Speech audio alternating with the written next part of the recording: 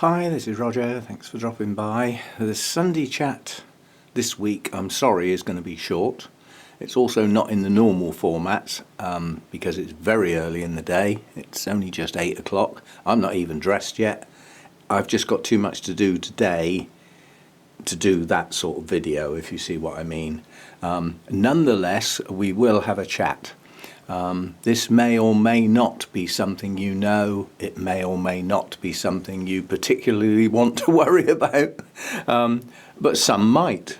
Under normal circumstances, my Vandas and a few other things get dunked in the bucket, like those are being dunked at the moment. And the bucket's got feed in at a known amount, with a measured pH of a known amount. A while back we had a lot of heat and I was using the sprayer frequently and basically getting short on water. So what I actually did was I used the water out of the Vanda bucket, diluted a bit because it was a fairly high level for the Vandas, to water other things with via the sprayer. So nothing was getting dunked in the bucket. Eventually I got the RO unit out to refill all my containers and filled up the Vanda bucket. I never put any feed in it simply because I was still using the sprayer quite frequently and I was spraying the Vanda roots, giving them a good soak via the sprayer, which is not the same and nowhere near as good and doesn't get anywhere near as much water and feed into the plants. But nonetheless, as a stopgap, it's better than not watering at all. So that's what was happening. So the water stayed in the bucket for over a week without any feed going in, just sitting there doing nothing with the lid on it. The lid stays on it to stop the cats drinking it, basically, because I caught them, and obviously under normal circumstances it's got fertilizer in it, so not ideal cat drinking water, but they'll drink anything. That's the trouble. You give them nice fresh clean water in their dish, they'll turn their nose up at that and go outside and drink a puddle. You know, it's strange things, cats, about water anyway. Yes, so I've only just got round to using that water, and as you know, a while back I recalibrated my pH meter and did some set readings. You know, so I put a known amount of feed in the water, checked the pH and wrote it down, and then increased the feed at 50 parts per million in chunks, writing down the pH drop each time, so that often I can mix up my feed, and if nothing else is going in it, which is my way at the moment because nothing else is going in it, for reasons I've discussed, basically I'd have a known pH without having to measure it. This is based on the water I use for my orchids, which comes out of sealed containers. So the water comes out of the RO unit into the Vanda bucket as it happens, and then I use a jug, pour it into my containers and put the lid on and do them up tight, and they're full. There's no air in there. And that's the water I would have used when I did my experiment. So although, quite honestly, the pH of RO water is a stupid reading because there's nothing to measure, it's actually an irrelevant reading and just isn't right. There's nothing there to measure till you put something in there and then it can get hold of it. So it's assumed that RO water is probably 6.8 to 7 on the pH scale, providing it's kept in a sealed container immediately after production.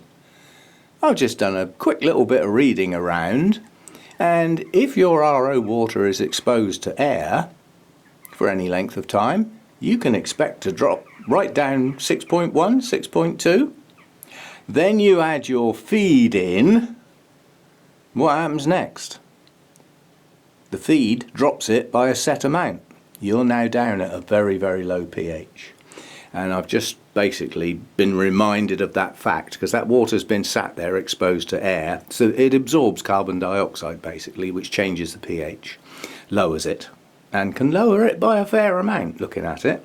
So I put my feed in expecting my pH to be about 6.5, 6.6. Yeah, about 5.9. So I'm going to have to bring it up now. I didn't bother for those two, but because 5.9 is not an outrageously low pH, that's a valid pH as far as I'm concerned. It's about as low as I ever go, and I need to crack on today, so I needed something in there. But once those two come out, before I put the other stuff in there, I will actually raise the pH and get it back up a bit higher. So we all know pH is important. Some people totally ignore it. I mean, some people are using tap water. You can almost guarantee that the pH in tap water is alkaline. It's going to be heading up towards 8, possibly even a little bit higher, but it's going to be above 7 by an amount. So under normal circumstances, you'd add your feed. Most fertilizers, in fact all the ones I've ever heard of, lower the pH. So you drop your tap water down to somewhere near a more reasonable pH, probably still a little high, but to say, water with some feed is better than no water with no feed. So sometimes you have to just use what you've got, and that's it. But yeah, so it was just a little note. And you'll have seen my previous little video, my little experiment, where I took a load of plants out of their pot, based on the reason that their media wasn't looking good. There's just a look about media that you just sort of think, yeah, that's not looking as good as it used to. It gets a discoloration, and certainly with the small orchiata bark, it will go quite dark if it doesn't dry out. It will just remain a dark colour, so even the colour is a bit of a giveaway. And although I did quite a few, as it happens it was too many, and I ran out of time and energy level, so basically I wanted to treat all of the plants with hydrogen peroxide, yeah, and they were wet because I hadn't thought ahead enough. And some of those have been watered, so they're soaking wet. There's no point in putting hydrogen peroxide at 3% on a wet plant, because the wet on the plant will dilute the 3% to such a level that you just as well pour it down the sink, quite honestly. It'll be too weak to do anything. So I needed the plants to dry out. So basically I just packed up. I put all the plants, emptied the tray out with all the mess and everything, and just gently laid all of the plants back in that tray, and took them in and put them on the dining room table, and that's where they still are. And at some point today I will get on with them, because they should have dried out enough to at least get the roots cleaned off with the hydrogen peroxide first to treat them. Then they go under the sink and get the old media and everything washed off. Then they get their roots trimmed if necessary. Then I can think about what I'm going to do with them. And I've already made up my mind. Some of them are not actually going back in pots. They're going to get mounted. On the grounds that I've had them quite a while. They've never done that well in a pot. So let's give a mount a go then. You know, I always think, you know, you keep doing the same thing over and over and again and it doesn't work. Why do you keep doing it over and over again? You need to change something. And the easiest change for me is to go from a pot to a mount, or a mount to a pot. Yeah, that's the easiest thing. So I will be doing that today in bits and pieces, because if I try and do that all at once, I will fail, because I'll get fed up and I'll just walk away, because I'll have had enough. So a couple of plants at a time, you know, just do a bit at a time, go off, do something else, have a doze in the chair perhaps, come back to it later. I doubt if I'll get it all finished today, but I'd like to think that all the plants will have been treated, washed off and had their roots trimmed by the end of today, and hopefully some might be in their pots, in their new pots, or perhaps some will be on their mounts. I'll film some of it, not filming all of it. But yeah, that was a little bit of an eye-opener that the pH had dropped that much by just being exposed to air, because nothing's gone in there. I haven't added anything. So I put my normal my little scoop of put for my fertilizer. Never gets really used for what it's meant to be. I mean, it's actually a 5mm teaspoon, an accurate 5mm teaspoon. Irrespective of what type of spoon you want to call that, it's 5mm. That's the important bit. Whether you call it an English teaspoon, an American teaspoon, a Fred spoon or a Bill spoon, it's 5 mil. That's what I'm interested in. It's what it holds level.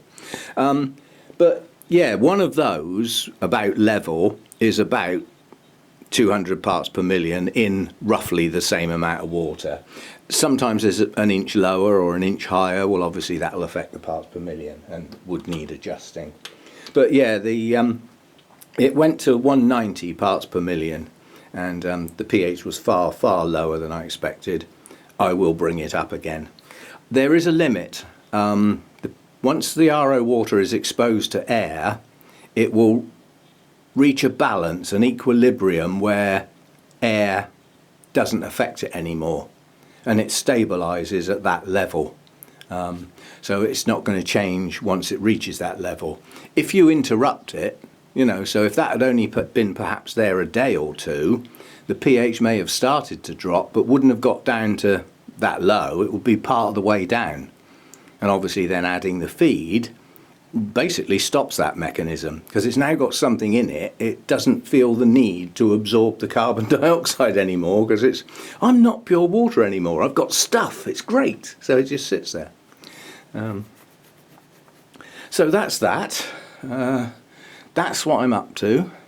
That's the reason why I'm doing this early in the day, so that I can get it processed.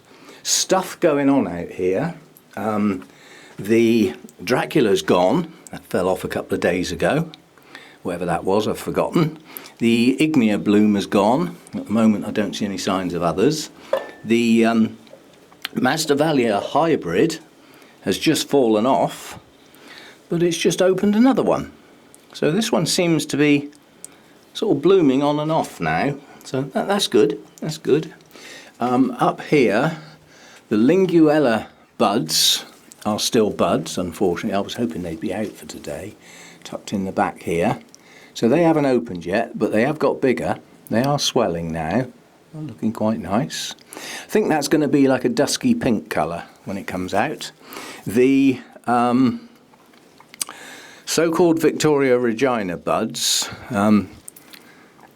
Milan has been saying that my buds don't look anything like his buds. He's got 2 of these plants. His buds are a darker colour with spots on, which makes me start thinking, have I got yet another hybrid? There's going to be some nasty words back to the seller if that happens.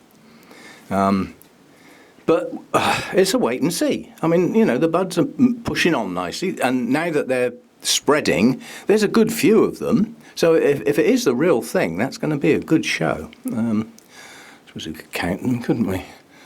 1, 2, 3, 4, 5, 6, 7. There's 8 in that cluster. So if they all open and they're the real thing, that's going to be a real nice show.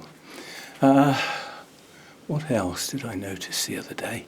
Oh yes, that was my knuckle on a glass bowl. I'll go back and collect the skin later. That's all right. Don't worry. My Lindleyi is doing new growths. 2 good strong ones. One coming out from roughly the centre of the plant. One coming out from buried down there, and one coming up out the back, up the top. So at the moment, 3 really strong new growths pushing on. They haven't opened their leaves yet. The leaves are still flat. But the size of the canes is good. They're pushing on nicely. So and we got root tips. More coffee. Root tips going off all over the place. I think the roots are going to take over the whole mount. I mean, they're running along the top, down the sides, along the bottom, and they're starting to get up round the back as well. This is good. I mean, a really good strong root system. Just has all the benefits that you can imagine. The problems with the leaf markings. I've been keeping my eye on which plants have got them and thinking about the massive repot and the idea about the media turning acidic. If media turns acidic and you put fertilizers in, I can almost guarantee one of the ingredients that's not going to get absorbed very well is magnesium. And a lack of magnesium in plants, in extreme cases, can do damage. Under, you know, relatively easygoing deficiencies where there's some around, just not quite enough, you could get paling on the leaves, yellowing on the leaves. But, you know, a severe deficiency will start causing damage to the plants. The magnesium does do quite a bit of structural work and strengthening stuff. So, you know, that could be part of the problem. Just thinking about what I said earlier on about using the RO water from the Vanda bucket. You know, did we get a pH drop there? But a really low pH is unlikely to let much magnesium into the plant. It's going to lock it out. So that's one of the ones that suffers badly. And yet some of the others, you get down, heading down towards 5.5, there's stuff like the iron and some others, they really come into their own. And they're absorbed very freely at those lower pHs. So it does pay to chop and change around to get, lets everything have a go, if you see what I mean. Constant pH up one end of the scale or the other end of the scale will limit the absorption of some of your nutrients. Yeah, depending on what you call either end of the scale. Some people say 6.5 down to 5.5 is okay. I run a little higher. I don't go down to 5.5 knowingly. The lowest I go is 5.8, 5.9. I don't drop any more than that. And I'm getting round the problem of not dropping down lower than that for things like iron by getting some new CalMag, which is chelated. So the iron will go in without needing a low pH. That's how it works. So I'm getting round that problem. Lack of iron over a period of time will start causing problems, even though it's a micro element. And it's not much, but it has to be there. And deficiency over a long period of time, which could happen if you weren't using any chelated iron in any shape or form, and you always had a high pH. You'd virtually lock out things like iron. Anyway, so this problem with the leaves is possibly solved. It's a bit to do with pH related issues and nutrients not being able to do their job properly, plus excessive light over a long period of time. Those combine. So like a lack of magnesium would start to weaken leaves. They wouldn't have the strength and the structure to hold out. You start whacking them with excessive light over long periods, day in, day out, and then the leaves start to break down, their structure fails.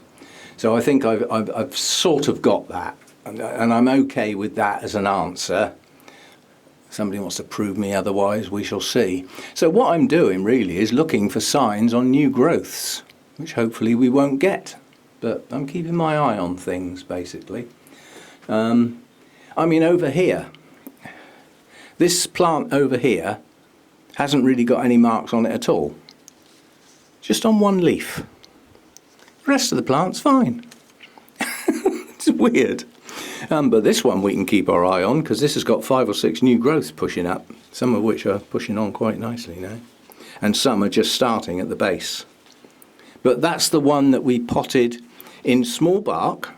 Now this should not stay wet in the winter. So why have you put it in small bark?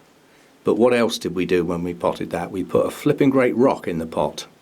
So that small bark is only about an inch, inch and a half deep, and it's in a clay pot. So it's not going to stay wet. So that was the logic there. Yeah, so still keeping my eye on things as regards these leaf markings. I mean, these are really old leaves, so the problem on these leaves could have happened a year ago, you know. So, you know, it's just a matter of keeping my eye on things. And just make sure that when I'm giving my plants anything at all, I make sure I've checked what they're getting. So I've checked my parts per million, and I've checked my pH, and I've thought about what I'm trying to do in this feed. Yeah, because it won't always be the same. So am I applying a lower pH this time round because they had a high one last time? So just giving a little bit of thought each time and not getting slapdash, which can happen, especially when you're tired and you've been out tramping around various places. I had yesterday, so the day after, tramping around the fens. Now those fens were dead flat. Unlike the previous walk where I had some pretty steep hills to clamber up and get down again and climbing over barbed wire fences, the fen was a flat walk. Very flat, dead flat. Otherwise the water wouldn't be there, would it? It would run off. But when I got home, my legs ached and I couldn't quite work out why. And I think it was because they hadn't really recovered properly from the previous walk, because I haven't done any for a long time. So it's reawakened muscles that haven't been used for a bit. I've been being lazy, so I'll have to get out more often, won't I? A couple of other things. The Cattleya that I knocked the new growth off of, cuss, swear, language, has still carried on pushing its buds up, so it looks like we're still going to get blooms on that one. 3. Can't remember how many it had last time, but it's a species Cattleya. It is Leopoldii, straggly looking plant, bifoliate. Most of the bifoliates, they do not like their roots being disturbed at anything other than the right time, and even the right time they still get upset sometimes. The unifoliate ones, they just seem to be so more resilient. Anyway, that's that one. And this one up here, that's the species that looks incredibly similar, spindly, bifoliate, straggly looking, but we got buds coming on there too. I think that is the Harrisoniana. Summit, it's got Harris in it anyway. Oh, it's got a tag. Harrisoniana. And it's actually 2 named clones of the same species. So there was once a Harrisoniana named Volcano Queen, registered with that name, and another one registered with the name Binot. And those have been hybridized to produce this one. So this one hasn't got a name. It's Harrisoniana, basically. That's all you can say about it. It's lost its ID by actually crossing together 2 named clones and not renaming it, not giving it another name, if you see what I mean. It's Harrisoniana at the end of the day, and it's going to bloom in the not too distant future. How many buds we got there? 3 or 4 anyway. Don't tend to get, I've certainly noticed with these type of species, which I haven't had before, they're gifts at the end of the day that I've grown on. They don't tend to have huge numbers of blooms, but they do have reasonable sized blooms. So that's that one. The other one that I count in the same set, because it's a species, is this one up here. That one's had its rhizome chopped towards the back to see if it will shoot out. But its latest growth is pushing on nicely. That will bloom. The previous one did, so there's no reason why that one won't. So that's coming on nicely. The chrysotoxin that fills up most of this shelf, I'm still wondering about that. That has just started a couple of new growths at the base in July. So for those to reach full size, that's going to have to grow through the winter. And if it's going to grow through the winter, then it's obviously not going to get rested. I'm not sure that is a true winter rester anyway. There's various writings on that, shall we say, some of which say small to medium plant for a start. If that's a small to medium plant, I'd hate to see a big one. Anyway, that's that lot. What else? Something else. Moving on. No, I'll get back to it another time. Yeah, so sorry this wasn't the normal format Sunday one, but I just need to crack on with other things. Oh, let me just... Hello, Fluffcat. Where you been then? Hey, where have you been? Well, he went out, making 4:30 this morning. He had 2 mouthfuls of breakfast and went straight outside. And he obviously just come back. Fluff ball.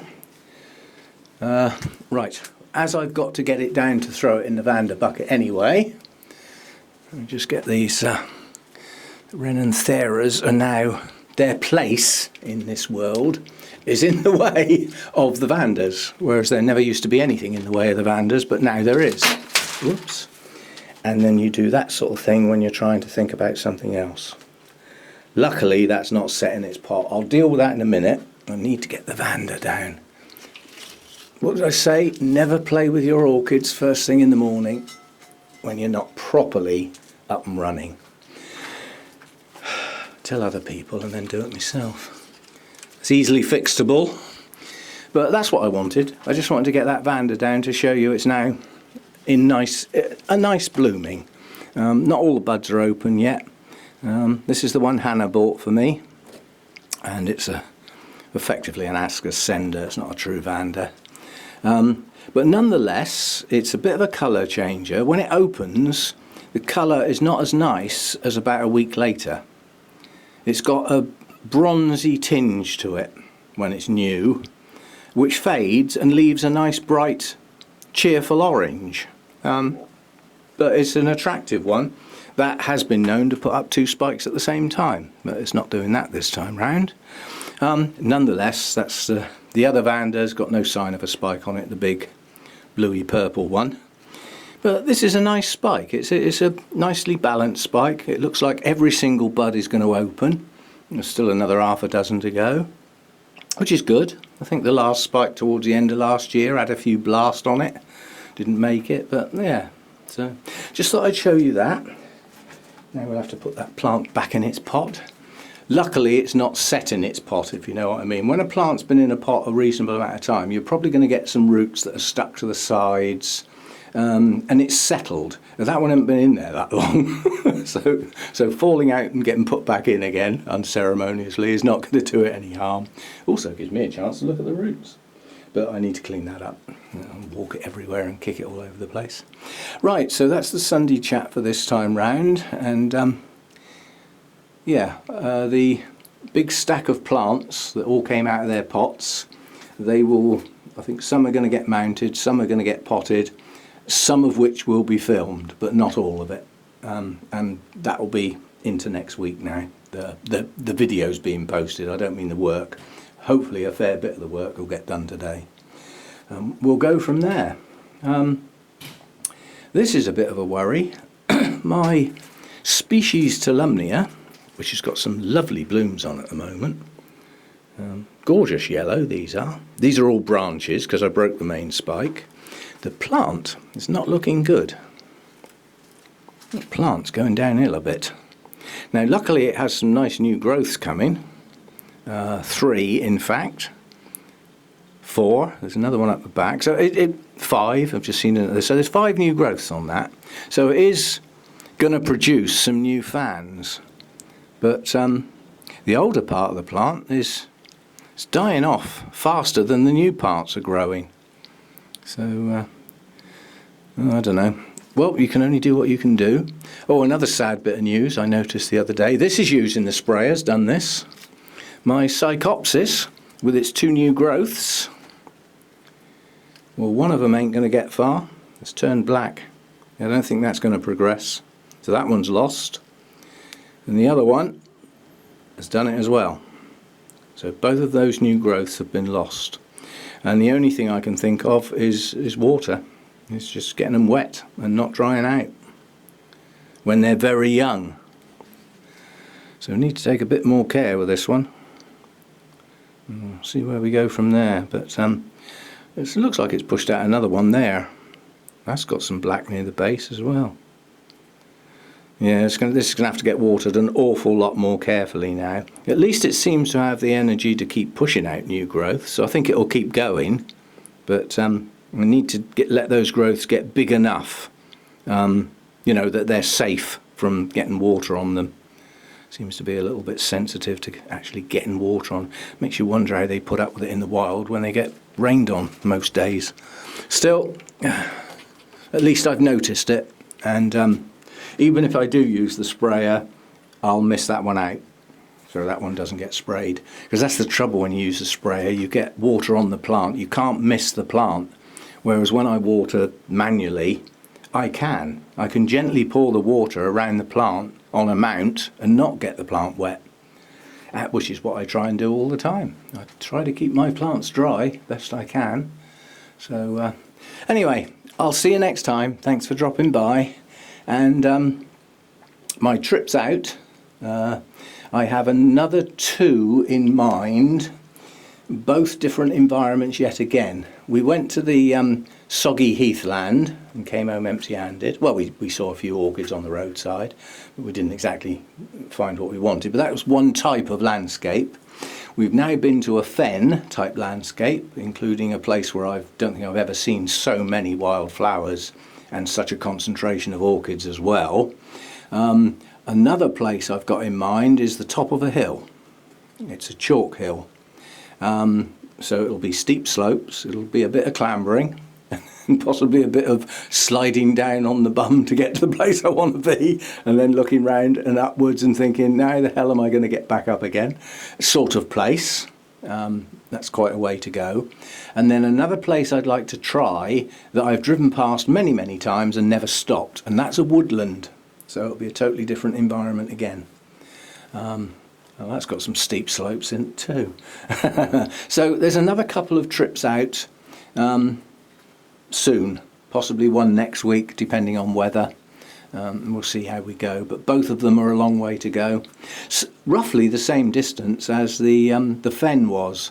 The difference with the fen was I've got to do about a mile from where I live to get on a dual carriageway, which leads to a motorway which led to about a mile and a half from the site. So it was dual carriageway and motorway nearly all the way. The other sites aren't. They're smaller roads, there's a lot more time going to have to be put in to do the same amount of miles. That's just the way this country is. Lots of networks of small little roads, very scenic, very pretty, but no good if you want to get a move on, no good at all.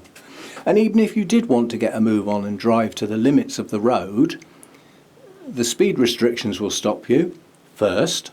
If you don't take any notice of them, the other road users will stop you. We have lots of crabby little dawdly drivers in this country that every drive they do seems to be like a little holiday. Oh, look at the pretty houses. Oh, look at the pretty fields and trees. And despite the speed limit on that road being 60, they're doing 35. And because it's a twisty little road, they've got a mile of traffic stacked up behind them. They don't care. They just poodle along. Don't think to pull over and let the queue pass them by. No, no, no. Almost oblivious. There's a lot of that. That's not me. I like to drive at a reasonable pace. I won't say breakneck speed, although I have done and still do occasionally.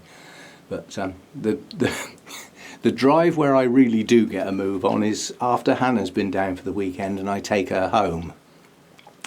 And a lot of that is because for at least 2/3 of the year after I've taken her home, my journey back from her house to here is in the dark. And I love driving in the dark. Because you can see everything, because everything else has got lights on. You can see them coming for miles. There's no surprise attacks like you get in the daytime.